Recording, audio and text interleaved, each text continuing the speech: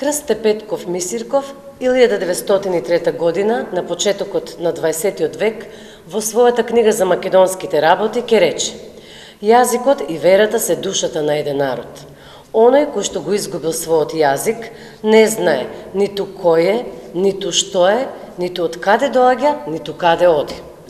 На првото заседание на АСНОМ, на 2.8.1944 година, во манастирот Свети Прохор Пчински, македонскиот јазик е прогласен за официјален јазик во Република Македонија.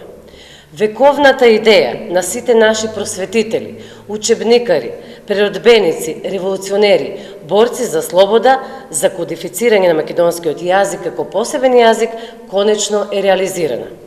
Нашиот јазик не е само наше право, туку и должност да го чуваме во наследство за идните генерации. ВМРО ДПМН има јасен став во однос на ова прашање.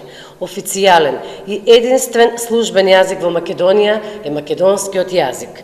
Затоа ВМРО ДПМН порачува дека не поддржува и нема да дозволи нашите деца како втори јазик да го изучуваат албанскиот јазик. Јазикот е единствената наша татковина.